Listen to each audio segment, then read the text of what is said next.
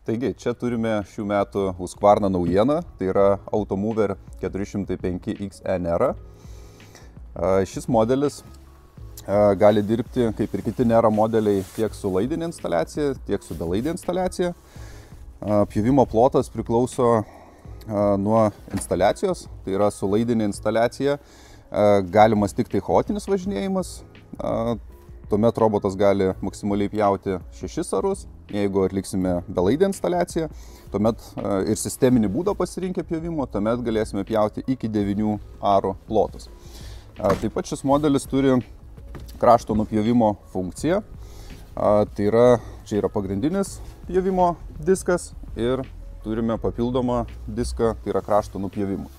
Kai robotas veikia, pagrindinis peilis visada sukas ir pjauna žolę, ir kai privažiuoja prie krašto, tik tada įjungia galinį peilį ir darydamas posūkį nupjauna maksimaliai arti krašto. Šią funkciją mes jau turėjome išbandytą praeitais metais. Praeitą sezoną buvo pristatytas 410 ir 310 Nera.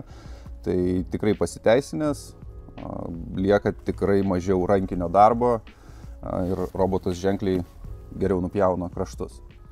Kadangi šis modelis yra padarytas ant 410 ir 310 modelio E Nera bazės, tai iš esmės visas dydis, ratai, konstrukcija, sakyčiau, yra ta pati. Atlikti patobulinimai, tai yra galinio to disko grotelės atnaujintos, padarytos jos tiesiog, kad mažiau žolė turėtų kur kibti ir kištis. Ir apie 1 cm paaukštintas priekinis bamperis, priekinė važiuoklė, kas vėlgi duos geresnį pravažumą. Šis modelis turi radarą priekyje. Radaro funkcija tai yra aptikti kliūtis, numestus daiktus, tarkim, vėjoj, juos aptikti ir apvažiuoti, išvengti jų.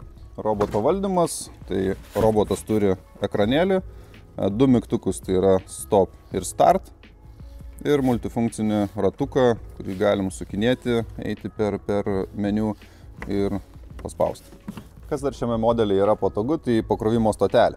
Jis susideda iš 2 dalių, tai yra apatinis padas ir viršutinė elektroninė dalis.